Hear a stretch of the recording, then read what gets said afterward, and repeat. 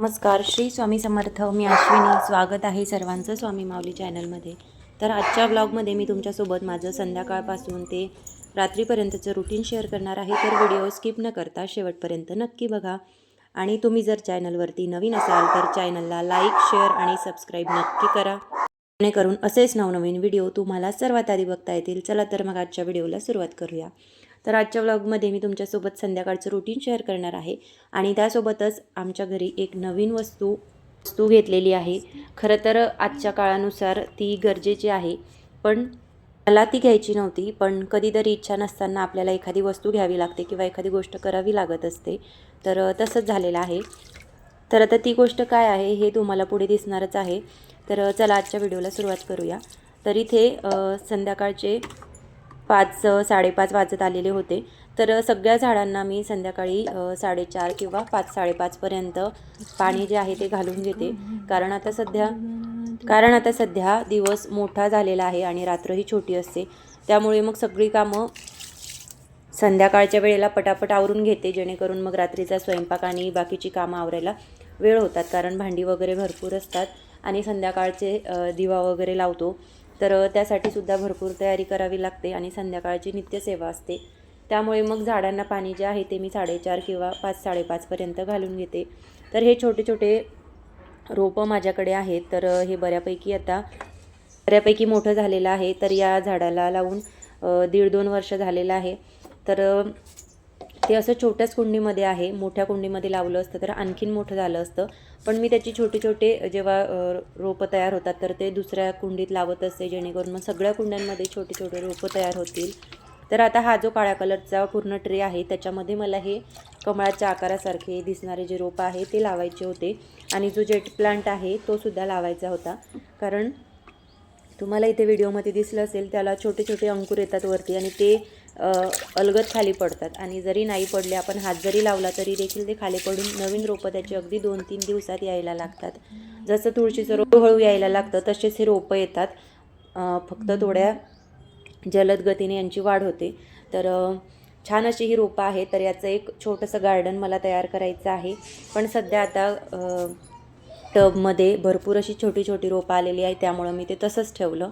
तर सगळ्या झाडांना इथे पाणी घालून घेतलं. आता हे जे कुंद्याचं रोप माझ्याकडे आहे तर ते आता बऱ्यापैकी फुललेलं आहे आणि चारही बाजूने त्याला छान छान अशी नवीन कळ्या येतात, नवीन फुलं येतात. तर याला एकदा एका ब्रांचला 10 ते 12 फुलं येतात. त्यामुळे आपण सहज एक छोटासा गजरा बनवू एवढे फुलं त्याला एका दिवशी येतात. तर ही जी फुलं आहेत ही मी संध्याकाळी शक्यतो तोडत नाही, कारण झाडाला ती छान दिसतात आणि झाडाला अगदी सकाळपर्यंत ती उमलून येतात. ते आपण तोडून जरी ती घरामध्ये किंवा फ्रीजमध्ये किंवा एखाद्या डब्यामध्ये ठेवली तरी देखील ती थोडीफार काळी पडतात. त्यामुळे झाडांना दिसायलासुद्धा छान वाटतात आणि झाडावरतीच फुलं छान राहतात. त्यामुळे मग मी ती दुसऱ्या दिवशी सकाळी तोडत असते. आणि हे सुद्धा एक शेवंतीचं झाड आहे. ते सुद्धा छानपैकी त्याला नवीन नवीन रोपं येत आहेत. तर या झाडाला सुद्धा आणून 1.5-2 वर्ष झालेली आहे. तर त्याला नवीन पानं येतात आणि नवीन फुलंसुद्धा येतात. तर आधी जशी दाट फुलं यायची, दाट पाकळ्या त्याला होत्या, तसं आता फुल त्याला येत नाही. अगदी पातळ पाकळ्या त्याच्या असतात. पण विकत आणल्यापेक्षा किंवा मग फुलं नसल्यापेक्षा असे छोटे छोटे फुलं असलेले कधीही चांगले. म्हणून मी ते झाड जे आहे ते काढून नाही टाकलं, ते ठेवलेलं आहे. आणि जे बाजूला तुम्हाला इथे रोप दिसते तर त्याचं बऱ्यापैकी पानं जी आहे ती खराब झालेली आहे आणि ती गळून पडलेली आहे. त्यामुळे मी ते काढून टाकले. आता इथे सगळ्या झाडांना माझं पाणी देऊन झालेलं होतं. त्यानंतर मग संध्याकाळचा चहा मी बाजूला उकळायला ठेवलेला होता, कारण जोपर्यंत चहा उकळतो तोपर्यंत मग झाडांनासुद्धा पाणी घालून होतं. तर अशी काही कामं असतात की जी एका वेळेला आपण 2 करू शकतो. तर ती मी करत असते, कारण तेवढाच आपला वेळ वाचतो आणि परत आपल्याला दुसरी कामंसुद्धा करता येतात. तर इथे चहा झालेला होता आणि चहा जो आहे तो मी असा चमच्याने दाबून गाळून घेते, कारण त्या गाळणीमध्ये सुद्धा बऱ्यापैकी चहा असतो. तर मी तुम्हाला थोडी कंजूस वाटेल, पण कंजूस नाही, कारण चहा वाया गेल्यापेक्षा किंवा मग तसंच राहिल्यापेक्षा तो गाळून घेतलेला कधीही चांगला. म्हणून मग मी असा गाळून घेते. तर इथे छानपैकी चहा घेताना मी बाल्कनीत बसते, कारण आता सगळ्या झाडांना पाणी वगैरे घातलेलं होतं आणि सगळी झाडे छान मस्त हिरवीगार दिसत होती. कारण आपण स्प्रे केला किंवा मग असे सडा टाकल्यासारखं जर झाडांवरती पाणी शिंपडलं तर त्याच्यावरची जी धूळ आहे ती खाली गळून पडते आणि छानपैकी आपली रोपं जी आहे किंवा झाडं आहेत तर ती दिसतात. तर हे इथे मी लसणाचं जे पाकळ्या आहेत त्याचं पाणी तयार करत असते. तर हे पाणी मी 1 ते 2 दिवस ठेवत असते. तर मी 2 दिवसापूर्वी लसूण सोलून घेतलेला होता. तर 2 दिवसाआड किंवा 4-5 दिवसाआड जसं आपल्याला भाजीला लागेल जेवढं भाजीचं प्रमाण असतं त्यानुसार मला लसूण लागतो. तर मी कधी आठवड्यातून एकदा किंवा 2 दिवसातून किंवा कधी एका दिवसातसुद्धा लसूण जो आहे तो संपतो. आता ते भाजीवर असतं किंवा कधीतरी जास्त माणसं असतील तर त्याच्यावरतीसुद्धा असतं. तर इथे 2 दिवसापूर्वी मी लसूण सोलून घेतलेला होता. त्याच्या पाकळ्या मी या पातेल्यामध्ये टाकून घेतल्या आणि त्याचं पाणी मी तयार करत असते आणि तेच पाणी मी झाडांना घालते. कारण लसणाच्या पाकळ्या परत कांद्याच्या ज्या पाकळ्या असतात टरफले असतात त्याचं पाणी करून जर आपण झाडांना घातलं तर झाडांची वाढ खूप छान होते आणि बऱ्यापैकी झाडांना फुलं यायलासुद्धा मदत होते. एक प्रकारचं ते आपण खतपाणीच त्याला घालतो. त्यामुळे मग मी ते तसंच टाकून न देता किंवा वाया न जाता तसं तर आपण पाकळ्या कचऱ्यामध्ये फेकतोच, पण अशा फेकून न देता जर आपल्याला त्याचा उपयोग होत असेल तर तो केला पाहिजे. तर मी असा पाकळ्यांचा उपयोग जो आहे तो करत असते. तर ह्या पाकळ्या मी 2-3 दिवसाआधी या पातेल्यामध्ये टाकल्या होत्या आणि त्याच्या वरच्या ज्या पाकळ्या आहेत तर त्या भिजल्यानंतर सगळा त्याचा अर्क जो आहे तो पाण्यामध्ये उतरतो. ते आता तुम्हाला कलरवरून दिसलंच असेल. तर थोडा काळा कलर होतो पाण्याचा. तर त्या पाकळ्या मी काढून घेतल्या आणि त्या फेकून दिल्या. कारण सगळ्या पाकळ्या मी सगळ्या झाडांना देत नाही, फक्त पाकळ्यांचं पाणी झाडांना देते आणि एवढ्या तेवढ्या पाकळ्या तर मूठभर पाण्यामध्ये राहतातच. तर तुम्हाला इथे व्हिडिओमध्ये दिसत असेल या पातेल्यामध्ये खाली पाकळ्या ज्या आहेत त्या राहिलेल्या आहे. तर या गुलाबाच्या झाडालासुद्धा मी शेवटचं जे पाकळ्या असलेलं पाणी आहे ते देऊन दिलं. कारण मग सगळ्या झाडांची वाढ जी आहे ती छानपैकी होते. कारण प्रत्येक वेळेस आपण खत वगैरे देऊ शकत नाही, म्हणून मग असं काहीतरी घरेलू उपाय जो आहे तर तो मी अधूनमधून करत असते. तर छानपैकी सगळ्या झाडांना पाणी देऊन दिलं आणि त्यानंतर मग संध्याकाळची दिवा लावण्याची तयारी मला करायची होती. तर त्यासाठी बघा मला एका ताईने विचारलं होतं की तुम्ही गौरी जाळताना गौरीवरती काय टाकता. तर गौरी जी आहे ती मी अशा डब्यामध्ये भरून ठेवत असते. ह्या गौऱ्या ज्या आहेत त्या आम्ही गावाकडून एकदाच आणतो आणि वरती पोत्यामध्ये भरून ठेवते आणि त्यासोबत जेव्हा रोज आपण वापरतो तर रोजच्या वापरासाठी मी अशा छोट्या बॉक्समध्ये ठेवते. कारण सगळं पोतं भरून खाली ठेवणं शक्य होत नाही. कारण एखाद्या वेळेस पावसाळ्याचा पाऊस येतो आणि सगळ्या गौऱ्या जर भिजल्या तर त्या काहीच उपयोगाच्या राहत नाही. त्यामुळे मग मी त्या गौऱ्या ज्या आहेत तर त्या एका पोत्यामध्ये वरती ठेवते आणि त्यानंतर जेवढ्या लागतात तेवढ्या त्या बॉक्समध्ये काढून ठेवते. हा बॉक्स भरून मला 1.5 ते 2 महिने किंवा बऱ्याच वेळा 2-2.5 महिनेसुद्धा जातो. तर ह्या ज्या गौऱ्या आहे याचे मी छोटे छोटे तुकडे करून ठेवते असे आणि वेळेवरती मग आपल्याला छोटे छोटे तुकडे घेता येतात. तर असे मी 1 किंवा 2 तुकडे घेते आणि त्यानंतर डायरेक्ट गॅसवरती ठेवते. बऱ्याच वेळा स्टँडवरतीसुद्धा ठेवते. एक जाळीचं छोटं स्टँड आहे त्याच्यावरतीसुद्धा ठेवते. पण असं डायरेक्ट ठेवलं की गौरी लवकर पेटते. त्यामुळे मग डायरेक्ट गौऱ्या याच्यावरती ठेवते आणि पूर्ण गौऱ्या ज्या आहेत त्या पूर्ण जाळत नाही. अगदी वरवर गौऱ्या ज्या आहेत तर त्या अगदी 2 ते 3 मिनटं जाळून घेते. कारण गौऱ्या पूर्ण जळाल्या की मग त्याची लवकर राख होते आणि त्याच्यावरती जर आपण राळ टाकली किंवा कापूर किंवा लवंग जे काही आपण टाकतो तर ते टाकल्यानंतर ते सुद्धा लवकर जळतं. त्यामुळे अशा अर्धवट गौऱ्या ज्या आहेत तर त्या मी थोडा वेळ तशाच ठेवते, म्हणजे त्या पूर्ण जाळत नाही. तर त्याच्यावरती एखाद्या वेळेस वरून गौऱ्यांचा जो चुरा असतो खालचा तर तो सुद्धा टाकते, जेणेकरून मग ते एकदम मंद, आपण कसं एखादं पदार्थ मंद आचेवरती शिजवतो तर त्याच टाईप सगळ्या गौऱ्या ज्या आहेत त्या सगळ्या जाळत नाही. थोड्याफार गौऱ्या ज्या आहेत तर अर्धवटच जाळून घेते. तर आता ह्या गौऱ्या मी इथे या धूपदाणीमध्ये टाकलेल्या आहे. तर हे धुपाटणं मी ज्यावेळेस दिवाळीची खरेदी केली होती, दिवाळीच्या पंत्या वगैरे घेतल्या होत्या तर त्यावेळेस घेतलेल्या आहे. तर हे सुद्धा मला बरेच वर्ष टिकतं. कारण एकटीच्याच हातामध्ये असतं आणि एखाद्या वेळेस जर मुलांनी घेतलंच तर मागच्या 2-3 महिन्याआधी माझ्या मुलांनी हे तोडलेलं होतं, त्यामुळे मग मी दिवाळीच्या वेळेस ते घेतलं होतं. तर आता हे बऱ्याच दिवस जातं. आता ते मातीचं आहे, कधीतरी तुटणारच, त्यामुळे मी ते मुलांच्या हाती लागू देत नाही.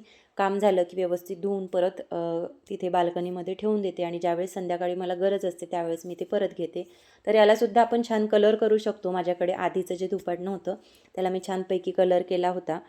तर ह्यालासुद्धा आता करायचं आहे, पण नवीन होतं म्हणून मी ते तसंच वापरायला घेतलं. त्याला काही कलर वगैरे करता आला नाही. तर बघा इथे मी धुपाटण्यामध्ये गौऱ्या ज्या आहेत त्या टाकून घेतलेल्या होत्या. त्याच्यानंतर मी याच्यामध्ये राळ टाकली.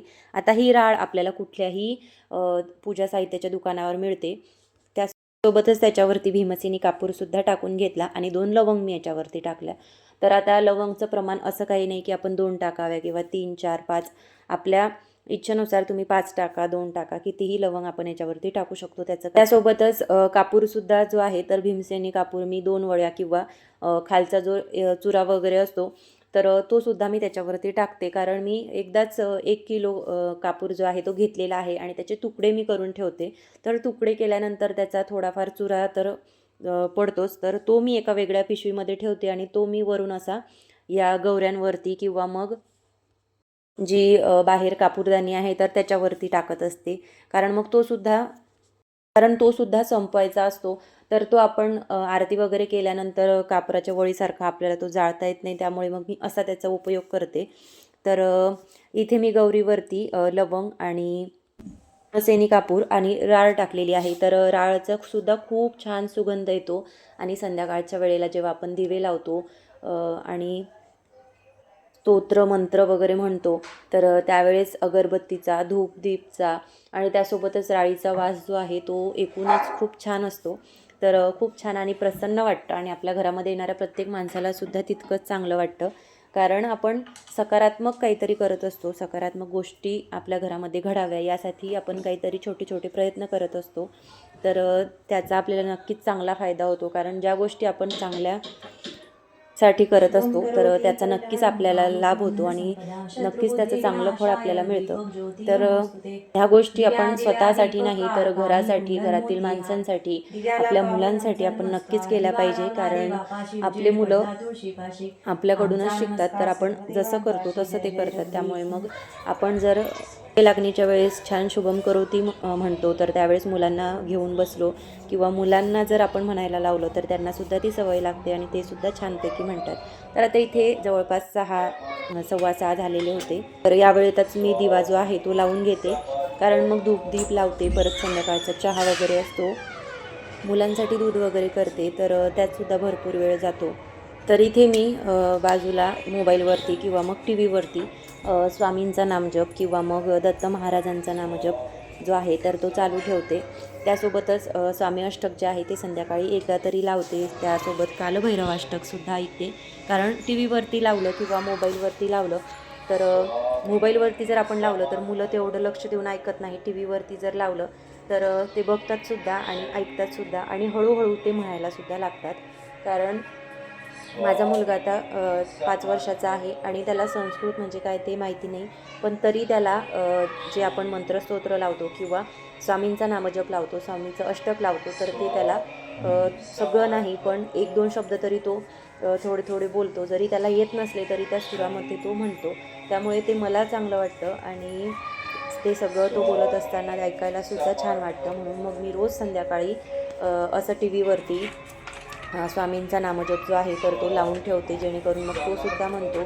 आणि मुलांचं तेवढंच देवपूजेमध्ये किंवा देवांचे मंत्रस्तोत्र म्हणण्यामध्ये जास्त वेळ जातो आणि अभ्यासासोबतच ह्या गोष्टीसुद्धा त्यांच्यासाठी महत्त्वाच्या आहे. कारण आपण मुलांना मोबाईल देतो तर मोबाईलमध्ये फक्त ते त्यांचे कार्टून किंवा त्यांच्या आवडीचे जे व्हिडिओ असतात ते बघतात. त्यामुळे मोबाईलमध्ये ते कधी देवाचं काहीतरी बघणार नाही किंवा देवांचं काहीतरी ऐकणार नाही. हे मी स्वतः कारण त्याला मोबाईलवरती जास्त कार्टून किंवा मग एखादं छोट्या मुलांचं जे व्हिडिओ असतात ते बघायला आवडतात. तर त्यामुळे मग मी असं संध्याकाळी टी व्हीवरती स्वामींचा नामजप लावते किंवा कालभैरवाष्टक लावते आणि जे स्वामींचे दत्त महाराजांचे मंत्रस्तोत्र आहे ते सगळे लावते. जेणेकरून मग ते सुद्धा मुलं जे आहे ते त्यांच्या कानावर पडतं आणि हळूहळू ते सुद्धा म्हणायला लागतात. तर छानपैकी मी इथे धूप जो आहे तो असा लावून घेते. त्यानंतर देवासमोर दाखवून घेते आणि संध्याकाळचं असं वातावरण बघायला खूप छान वाटतं. तर खिडक्या वगैरे सगळ्या मी उघडून ठेवते. दारं खिडक्या ज्या आहेत त्या सगळ्या उघडून ठेवते. कारण या वेळामध्ये लक्ष्मी माता आपल्या घरामध्ये येते असं म्हटलं जातं. म्हणून संध्याकाळच्या वेळेला आपले दारं खिडक्या जे आहे तर ते उघडे ठेवावेत असं म्हटलं जातं. तर छानपैकी सगळे दारं आणि खिडक्या ज्या आहेत त्या मी उघडे करून ठेवते आणि त्यानंतर असा धूप लावून घेते. आणि जे आपला मुख्य दरवाजा आहे तिथेसुद्धा धूप दाखवून घेते, कारण आपल्या मुख्य दरवाजातूनच जे काही शक्ती आहे त्या आपल्या घरामध्ये प्रवेश करत असतात. तर आपल्या घरामध्ये कायम सकारात्मकता राहावी, कायम आपल्या घरामध्ये चांगल्याच गोष्टी घडाव्या, यासाठी आपण आपला उंबरठा नेहमी स्वच्छ ठेवला पाहिजे आणि त्यासोबतच नित्यपूजासुद्धा आपल्या हातून झाली पाहिजे. तर असा धूप जो आहे तो मी सकाळी किंवा मग सकाळी मला शक्य नाही झालं तर मी संध्याकाळी दाखवून घेते. आणि इथे स्वामींचा छानपैकी फोटो आहे, तर स्वामींच्या फोटोखालीच इथे छोटी कापूरदानी आहे, तर तिथेसुद्धा मी भीमसेनी कापूर जाळते. कारण भीमसेनी कापूर आपण आपल्या घरामध्ये जाळल्याने आपल्या घरातील नकारात्मक शक्ती दूर राहण्यास मदत होते. त्यामुळे मी तो हॉलमध्येच आणि मेन म्हणजे दरवाजाजवळच जाळत असते, जेणेकरून मग तिथूनच आपल्या घराच्या मुख्य प्रवेशद्वारातूनच आपल्या घरामध्ये नकारात्मक काही चांगल्या वाईट गोष्टी असतात तर त्या घडत असतात किंवा त्या प्रवेश करतात. तर त्यामुळे मग मी मुख्य दरवाजाच्या बाजूलाच भीमसेनी कापूर जो आहे तो जाळून घेते. तर इथे आज मी लोणी बाजूला काढलेलं होतं. तर भरपूर दिवस झाले, 2-3 दिवस पासून मला हे लोणी तयार करायचं होतं. पण काय होतं, थंडीचे दिवस आहे आणि थंडी खूप वाढलेली आहे, त्यामुळे त्याचं जे लोणी आहे ते तयारच होत नव्हतं. साय जी आहे ती एकदम जशी आपल्याला पाहिजे किंवा आंबट व्हायला पाहिजे तर ती होत नव्हती. तर त्यामुळे मी जवळपास याला 3 ते 4 दिवस झाले ही साय जी आहे ती बाहेर काढून ठेवली होती. त्याच्यामध्ये दहीसुद्धा घातलं तरी देखील ती आंबट होत नव्हती आणि त्याचं लोणी तयार होईल असं मला वाटत नव्हतं.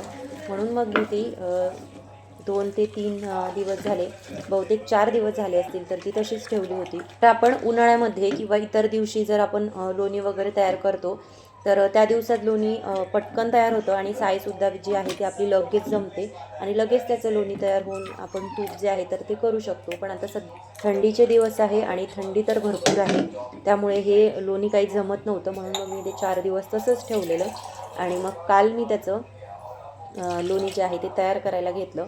तर शेवटी लोणी तयार झालं, कारण त्याला पाहिजे तसं वातावरण आणि उष्णतेमुळे ते लोणी जे आहे ते लवकर जमतं. पण आता थंडीच्या दिवसात ते व्यवस्थित जमत नव्हतं. तर म्हणून मी ते मग 4 दिवस तसंच ठेवलं.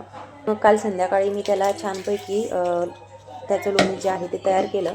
तर इथे 4 दिवसापूर्वी मी ठेवलेलं होतं, त्यामुळे आता लगेच अगदी 2 मिनिटाच्या आतमध्येच मी त्याच्यामध्ये रवी जी आहे ती फिरवली आणि त्यानंतर लगेच त्याचं लोणी जे आहे ते तयार झालं आणि अगदी घट्टसर आणि खूप छान मऊसूद असं पांढरं शुभ्र लोणी जे आहे ते तयार झालं होतं.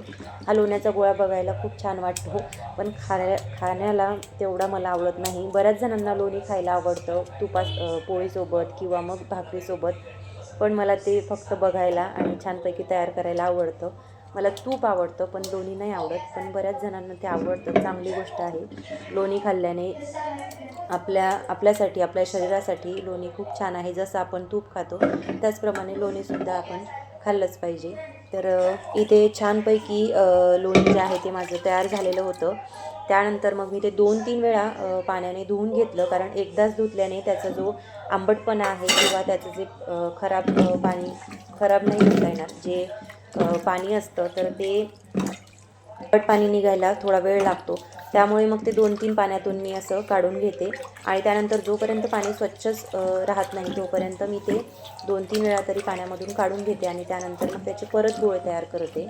आणि मग जे उरलेलं पाणी आहे ते सुद्धा मी वेगळं ठेवते आणि हे जे पाणी आहे तर हे पाणी मी कढीपत्त्याचं झाड आहे माझ्याकडे त्याला टाकते किंवा पुदिन्याचं छोटं रोप आहे त्यालासुद्धा टाकते. काल संध्याकाळ झाली होती आणि खूप वेळ झाला होता, म्हणून मग मी ते पाणी तसंच ठेवलं आणि आज मी ते पाणी मग झाडाला टाकून दिलं. तर हे बघा, आपलं छानपैकी लोण्याचा जो गोळा आहे तो तयार झालेला होता. त्यानंतर मी तो मोठ्या एका पातेल्यामध्ये टाकते, कारण बऱ्याच वेळा असं होतं की आधी मी छोट्या पातेल्यामध्ये टाकायचे आणि सगळं तूप जे आहे ते बाहेर पडायचं. असं भरपूर वेळा माझ्यासोबत झालेलं आहे. त्यामुळे आता मी मोठंच पातेलं घेते. लोण्याचा गोळा जरी छोटा असला तरी पातेलं मोठं घेते आणि त्याच्यामध्ये लोणी जे आहे ते शिजवते, कारण आपण एवढ्या 15 दिवसापासून सगळी साय जी आहे ती गोळा करतो आणि त्यानंतर मग त्याचा लोण्याचा गोळा वगैरे तयार करतो. त्याच्यात आपली किती मेहनत जाते.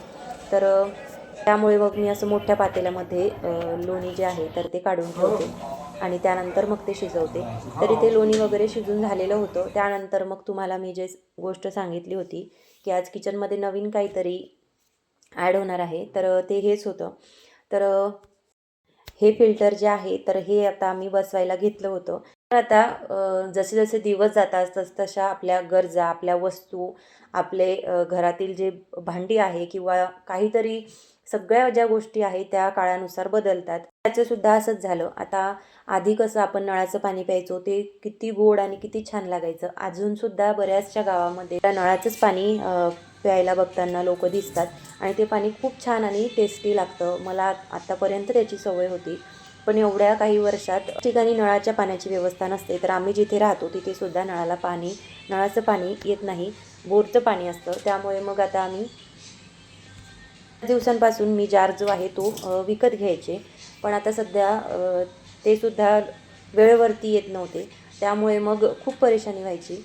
तर मग आम्ही हा जो त्यांचा फिल्टर आहे तर ॲक्वाफ्रेश बसवून घेतला. तर छान आहे आणि गरजेनुसार आपल्याला ह्या वस्तू ज्या आहेत त्या लागतातच. आता जे सगळं फिल्टर आहे तर हे प्लास्टिकचं आहे आणि मी बऱ्यापैकी प्लास्टिक जे आहे ते वापरत नाही. त्यामुळेच मला हे नको होतं, मला ते घ्यायचं नव्हतं. पण आता सध्या आपल्या गरजेनुसार सगळ्या गोष्टी आपल्याला बदलाव्या लागतात. तर त्यामुळे हरकत नाही, आता ते बसवलेलं आहे. पण आता माझ्याकडे जे स्टीलची टाकी आहे आणि जे तांब्याचा मोठा हंडा आहे तर त्याच्यामध्येच मी याचं पाणी काढून ठेवणार आहे. जेणेकरून याच्यामध्ये तर ते पाणी जोपर्यंत फिल्टर होतं तोपर्यंत राहणारच आहे. पण त्या वेळानंतर मी ते पाणी काढून टाकेल, जेणेकरून मग छानपैकी तांब्याच्या हंड्यातलं किंवा मग माठातलं, स्टीलच्या टाकीमधलं पाणी आपल्याला पिता येतं. त्या पर्याय म्हणून मग मी ही गोष्ट करणार आहे की तांब्याच्या हंड्यामध्ये किंवा स्टीलच्या टाकीमध्ये किंवा माठामध्ये पाणी जे आहे ते लगेच काढून घेणार आहे. जेणेकरून मग आता ते प्लास्टिकचंच आहे पाणी, तर त्याच्यामध्येच भरायचं आहे. पण त्याच्यामध्ये भरून घेतल्यानंतर मी लगेच हंड्यामध्ये काढणार आहे, जेणेकरून मग प्लास्टिकमध्ये पिल्याचं पाणी आपण पिलं असं आपल्याला वाटणार नाही. तर आता इथे हे ॲक्वा जे आहे ते काल संध्याकाळी आम्ही बसवलेलं होतं. तर त्याची पूजा मी आज सकाळी केली आणि छानपैकी त्याच्यावरती स्वास्तिक काढून घेतलं, 5 कुंकवाचे शवडून घेतल्या आणि त्यानंतर मग छानपैकी त्याची पूजा केली, त्याला एक फूल अर्पण केलं. कारण आपण कुठलीही नवीन वस्तू घेतल्यानंतर त्याची पूजा करतो आणि त्यानंतरच आपण ती वस्तू वापरतो. तर आजपासून मी ती वापरायला सुरुवात केली. तर हे जे तूप आहे हे मी काल संध्याकाळीच केलेलं होतं. तर छानपैकी छोटी कॅन आहे माझ्याकडे, तर त्याच्यामध्ये मी काढून असा असतो माझा संध्याकाळी 4 पासून ते 9 पर्यंतचं सगळं रुटीन. आणि या वेळामध्ये मी अशी सगळी कामं जी आहेत तर ती करत असते. आणि संध्याकाळची जी दिवाबत्ती आहे तर ती मी अशाच प्रकारे रोज करत असते. तर कसा वाटला तुम्हाला आजचा हा व्हिडिओ हे कमेंट करून मला नक्की सांगा. आणि तुम्ही जर चॅनलवरती नवीन असाल तर चॅनलला लाईक, शेअर आणि सबस्क्राईब नक्की करा, जेणेकरून असेच नवनवीन व्हिडिओ तुम्हाला सर्वात आधी बघता येतील. चला तर मग परत भेटूया अशाच एका नवीन व्हिडिओसोबत. तोपर्यंत सर्वांना श्री स्वामी समर्थ.